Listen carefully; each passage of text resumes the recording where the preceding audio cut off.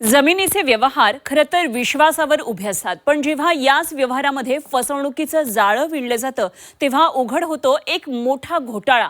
आणि शिर्डीमध्ये असाच एक कोट्यवधींचा घोटाळा समोर आलाय. दरम्यान भोंदू खरातची पत्नी कल्पना खरात फरार झाली आहे आणि कोणत्याही क्षणी तिला अटक होण्याची आता शक्यता आहे. तपासामध्ये काय बाबी समोर आल्या पाहूया. शिर्डीत जमीन गैरव्यवहार प्रकरणात मोठी कारवाई करण्यात आली आहे. भोंदू खरातसह 5 जणांवर गुन्हा दाखल करण्यात आलाय. फसवणूक आणि अवैध सावकारीचे गंभीर आरोप या आरोपींवर आहे. या प्रकरणानं संपूर्ण जिल्ह्यात खळबळ उडाली आहे. पोलिसांनी कारवाई करत व्यावसायिक अरविंद बावके यांना अटक केली आहे. हॉटेल व्यावसायिक किरण सोनावणे यांना ताब्यात घेतलंय.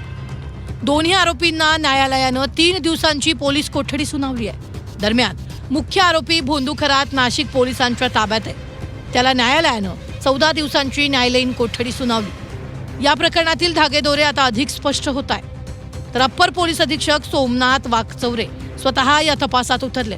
शिर्डी पोलीस ठाण्यात ठाण मांडून प्रकरणाची चौकशी सध्या सुरू आहे. शिर्डी पोलीस स्टेशन या ठिकाणी अशोक खरात त्याचप्रमाणे त्याची पत्नी व अन्य 3 आरोपींविरुद्ध शिर्डी शहरालगत असणाऱ्या जमिनीच्या बेकायदेशीर खरेदी प्रकरणाबाबत गुन्हा दाखल करण्यात आलेला आहे. हा गुन्हा महाराष्ट्र सावकारी अधिनियम कलम 39 त्याचप्रमाणे BNHच्या अंतर्गत फसवणूक अंतर्गत येणाऱ्या कलमाखाली आपण दाखल केलेला आहे.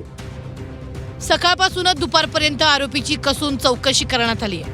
बँक व्यवहार आणि परस्पर संबंधाची तपासणी सुरू आहे. या प्रकरणात आणखी काही मोठी नावं समोर येण्याची शक्यता आहे. तर काही संशयित सध्या पोलिसांच्या रडारवर आहे. तपास आहे तो शिर्डी पोलीस स्टेशन या ठिकाणी सुरू आहे. यामध्ये जे काही पैशांचे व्यवहार झालेले आहेत ते यातील जो तक्रारदार आहे त्याला सावकारकीच्या नात्यानं दिले होते. एक मोठा व्याजदरानं हे पैसे दिलेले होते आणि त्याच्या बदल्यात ही जमिनीची खरेदी करून घेतलेली आहे. अशा तऱ्हेचा हा गुन्हा आहे. शिर्डी पोलीस स्टेशन या ठिकाणी या गुन्ह्याचा बारकाईनं तपास सुरू आहे. या प्रकरणी आता साक्षीदारांचे जबाब नोंदवले जात आहेत. तपास अधिक व्यापक केला जातोय. या घोटाळ्यातून आणखी धक्कादायक खुलासे होण्याची शक्यता आहे. त्यामुळे पोलिसांनीही आपली तपासाची चक्र वेगानं फिरवली आहे. विश्वासाच्या जमिनीवर उभा असलेला व्यवहार जेव्हा फसवणुकीच्या वाळूवर घसरतो तेव्हा कोसळतात अनेक स्वप्न.